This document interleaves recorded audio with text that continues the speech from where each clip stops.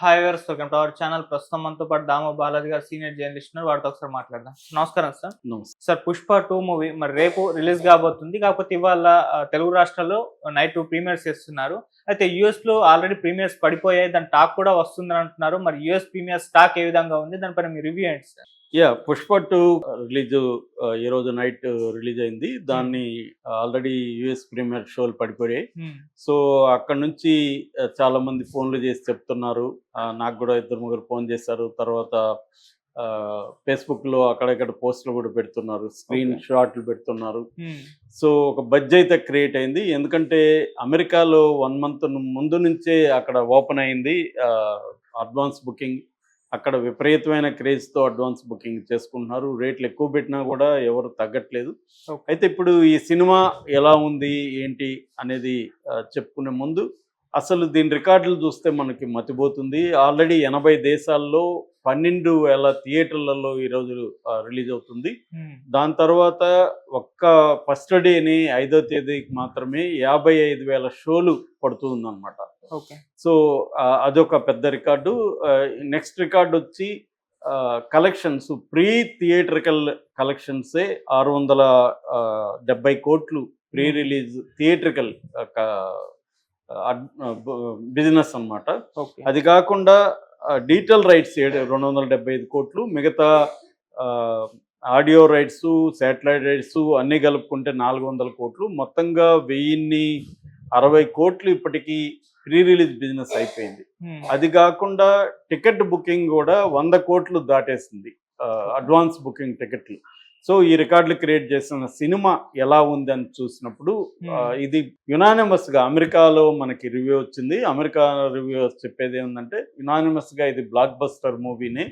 ఇది ఊహించని స్థాయిలో దీని ఎఫెక్ట్ కనబడుతుంది. ఎందుకంటే పుష్ప 1లో ద రైజ్ అని చెప్పినట్టుగా మెల్లగా స్లోగా పుష్ప ఎలా ఎదగడం, వాళ్ళ అమ్మ సెంటిమెంటు, వాళ్ళ ఇంటి పేరుతో ప్రాబ్లము, అమ్మ రష్మిక మందన్నతో రొమాన్సు, మల్టిపుల్ విలన్స్, వాళ్ళ విలన్ క్యారెక్టరైజేషన్స్, కామెడీ, తర్వాత స్మగ్లింగ్ని ఎలా ఇతను మొదలు పెట్టాడు, ఎలా చేస్తాడు, ఇవన్నీ ఇంట్రెస్టింగ్ ఉంది.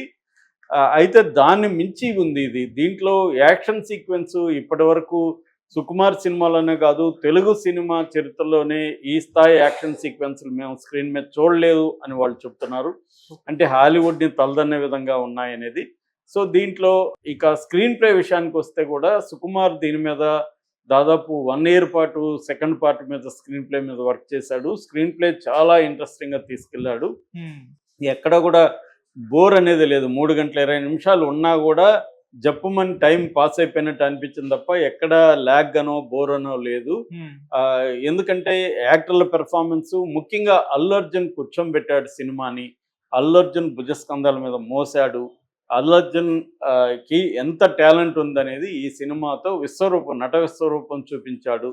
ఇక పాన్ ఇండియాలో అల్లు అర్జున్ కొట్టేవాడు లేడా అన్నంత స్థాయిలో అల్లు అర్జున్ పెర్ఫార్మెన్స్ ఉంది అనేది చెప్తున్నారు. ఓవరాల్గా ఏంటంటే ఈ సినిమా ఇటు సుకుమారు, ఇటు అల్లు అర్జున్ ఇద్దరి విశ్వరూపం చెప్తాను. సుకుమార్ కూడా ఎప్పుడు ఈ రేంజ్ సినిమా ఆయన చరిత్రలో తెలియదు. మామూలుగా సుకుమార్ మాస్టర్ స్టోరీ టెల్లర్ అనే పేరుంది. రంగస్థలం కావచ్చు, 1 కావచ్చు, ఆర్య కావచ్చు, ఇవన్నీ కూడా సుకుమార్ మార్క్ ఫిల్మ్స్. వాటన్నిటినీ పుష్ప 2 డామినేట్ చేస్తుంది. అంటే ఒక పాన్ ఇండియా డైరెక్టర్గా సుకుమార్ ఎస్టాబ్లిష్ అయిపోతాడు ఈ సినిమాతో. ఒక రాజమౌళి కావచ్చు, మనకి ప్రశాంత్ నీల్ కావచ్చు, ఇలాంటి వాళ్ళ సరసన సుకుమార్ కూడా చేరుతాడు. సుకుమార్ పేరు ప్రపంచవ్యాప్తంగా మారిపోతుంది. అట్లాగే ఈ సినిమాలో హైలైట్స్ గురించి చెప్పుకోవాలంటే ఫస్ట్ యాక్షన్ సీక్వెన్సెస్, ఇంటర్వెల్ ముందు ఫైట్ కానీ, తర్వాత చైనాలో జరిగే హార్బర్లో జరిగే ఫైట్ కానీ, నార్త్ ఇండియాలో జరిగేది కానీ, ఇవన్నీ కూడా ఇప్పటివరకు స్క్రీన్ మీద తీయలేని స్థాయిలో ఉంది. దాంట్లో కూడా ఫుల్ ఆఫ్ ఎనర్జీతో అల్లు అర్జున్ చేశాడు. రెండోది, ఇది నేషనల్ కాదు, నేషనల్ అనుకుంటావా ఇంటర్నేషనల్ అని ట్రైలర్లో కూడా వచ్చింది. ఈ డైలాగ్ తగినట్టే చైనాలో అక్కడంతా కూడా వాళ్ళు ఏంటంటే వాళ్ళు సమురాయిస్ వీళ్ళందరినీ తీసుకొచ్చి కత్తులతో ఫైట్, దాన్ని ఎలా ఎదుర్కొంటాడు అనేది చాలా బాగా చేశారు. అక్కడ హార్బర్లో ఫైట్స్ అవన్నీ కూడా వండర్ఫుల్గా చేశారు. అంటే మనకు మామూలుగా అయితే ఇంతకుముందు మల్టిపుల్ విలన్స్ లోకల్గా ఉండేవాళ్ళు. ఇప్పుడు ఏంటంటే పాన్ ఇండియా లెవెల్లో నార్థన్ ఇండియాలో విలను, తర్వాత చైనాలో విలన్స్ స్కోప్ బాగా పెరిగింది. దీన్ని ఎలా డీల్ చేస్తాడు అంటే, ఒక స్మగ్లరు పెరగడం అంటే ఏ స్థాయిలో ఉంటుంది, ఈ స్థాయిలో ఇంటర్నేషనల్ స్థాయిలో మన ఎర్రచందనాన్ని శాండిల్వుడ్ తీసుకెళ్ళి చేయడం అనేది ఎవరు కూడా ఊహించని స్థాయి ఇది. అంటే ఇది నేటివ్ స్టోరీ, ఇక్కడ ఏది హాలీవుడ్ను ఇంకో దాన్ని కాపీ కొట్టింది కాదు. నేటివ్ స్టోరీని తీసుకొని, నేటివ్ లాంగ్వేజ్ని తెలుగులో తీసుకొని, దీన్ని 6 భాషల్లోకి తీసుకెళ్ళి ఇలా చేయడం అనేది సుకుమార్కి ఖచ్చితంగా ఇది ఒక పెద్ద రికార్డ్ అవుతుందని చెప్తున్నారు. సినిమాలో హైలైట్స్గా మనం ప్లస్లుగా చెప్పుకోవాలంటే, ఫస్ట్ చెప్పుకోవాల్సిన Sukumar direction, screen play, writing, డైలాగులు చాలా పేలాయి చాలా చోట్ల అని చెప్తున్నారు. సెకండ్ థింగ్ వచ్చి పర్ఫార్మెన్సెస్. ఇటు అల్లు అర్జున్ పర్ఫార్మెన్స్ అయితే ఇంక చెప్పాల్సిన పని లేదు. అట్లాగే ఫహద్ ఫాజిల్ కూడా విశ్వరూపం. ఫస్ట్ దాంట్లో ఫహద్ ఫాజిల్ విశ్వరూపం లేదు, అప్పుడే ఎంటర్ అయ్యాడు. ఫహద్ ఫాజిల్ ఇతను పెళ్ళి దీని నుంచి లేచి అతనితో గొడవతో ఎండ్ అవుతుంది. కానీ ఇక్కడ ఫహద్ ఫాజిల్ విశ్వరూపం, నటన విశ్వరూపం ఆయన చూపించాడు. ఇప్పటి వరకు ఫహద్ ఫాజిల్ కూడా తన కెరీర్లో ఎటువంటి క్యారెక్టర్ చేయలేదు. బన్వర్ సింగ్ అన్న పాత్ర చాలా వండర్ఫుల్గా ఉంది, అతను చేశాడు. అట్లాగే ఫస్ట్ పార్ట్లో రష్మిక మందన్న చిలిపిగా, సరదాగా, కొంత బిడియంగా ఇలాగ ఉన్నట్టుంది. దీంట్లో ఆమె కూడా విశ్వరూపం చూపిస్తుంది. ఆమెకి నేషనల్ అవార్డు వస్తుంది, ఎందుకంటే మనకి యానిమల్లో ఆమె చేసిందంటే కొద్దిగా లో ప్రొఫైల్లో ఉంటుంది యానిమల్లో, ఇది విజృంభించింది. అంటే ఒక ఇంటర్నేషనల్ స్మగ్లర్ స్థాయి వ్యక్తికి భారీగా ఉంటూ ఆమె ఎలా అల్లు అర్జున్తో కన్ఫ్రంటేషన్లోకి ఎలా వెళ్ళింది, వాళ్ళిద్దరి మధ్య ఎమోషన్ సీన్లు అయితే పీక్ అని చెప్తున్నారు. ఇది కొత్తగా ఉంది కూడా. అంటే ఒక బయటంతా భయపెట్టే ఒక స్మగ్లరు, ఒక భయంకరంగా ఉన్న స్మగ్లరు భార్యతో ఎలా ఉంటాడు, భార్య దగ్గర ఎలా భయపడతాడు, భార్య మాట వినడానికి ఎలా ప్రయత్నిస్తాడు, వాళ్ళిద్దరి మధ్య ఎలాంటి కన్ఫ్రంటేషన్స్ వచ్చాయి, ఇదంతా కూడా ఇమోషనల్. వాళ్ళిద్దరి మధ్య డ్రామాకి అయితే చాలామంది కన్నీళ్లు పెట్టుకునే స్థాయిలో డ్రామా కూడా వర్కౌట్ అయిందని చెప్తున్నారు. అట్లాగే